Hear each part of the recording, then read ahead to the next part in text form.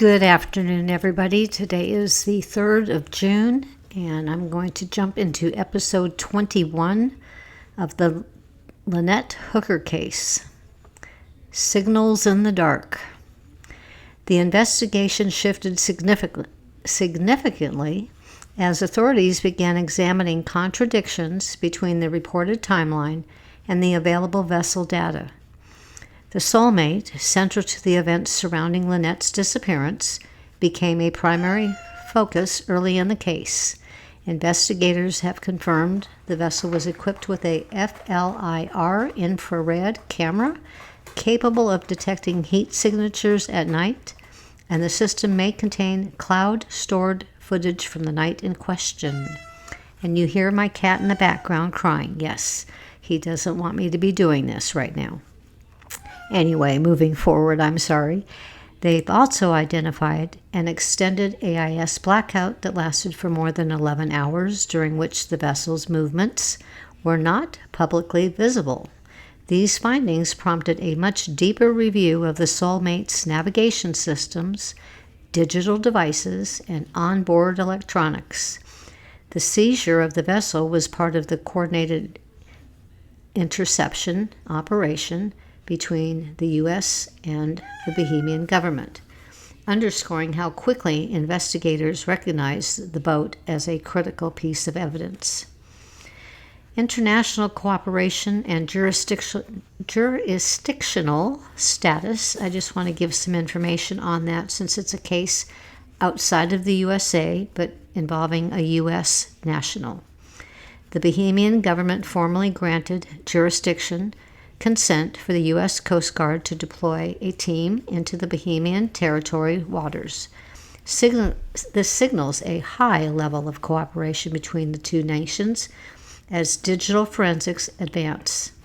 Because Brian Hooker returned to the United States after his initial 5-day release in the Bahamas, U.S. federal agencies, including the FBI and the CGIS, now have full authority to question him domestically without requiring Bahamian approval.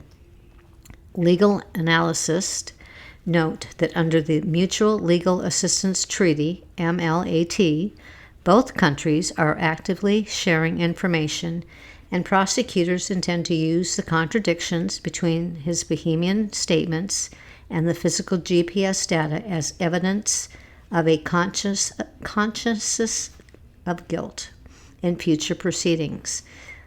There are just certain words I don't pronounce very well.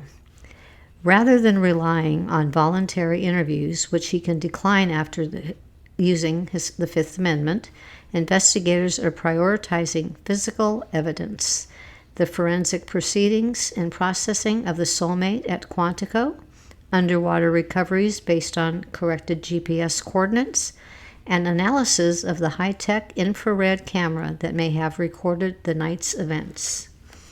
For Lynette's family, this shift toward international cooperation and forensic evidence has brought a mix of hope and fear. Their emotions are just flying high right now. The involvement of multiple agencies, the legal implications of conflicting statements, and the focus on digital and physical evidence signaled that the investigation was moving into a more serious phase. The possibility of recoverable footage and underwater findings offered a chance for a serious phase. But the AIS blackout and the need for a full forensic search raised new concerns about what might have occurred during the untracked hours.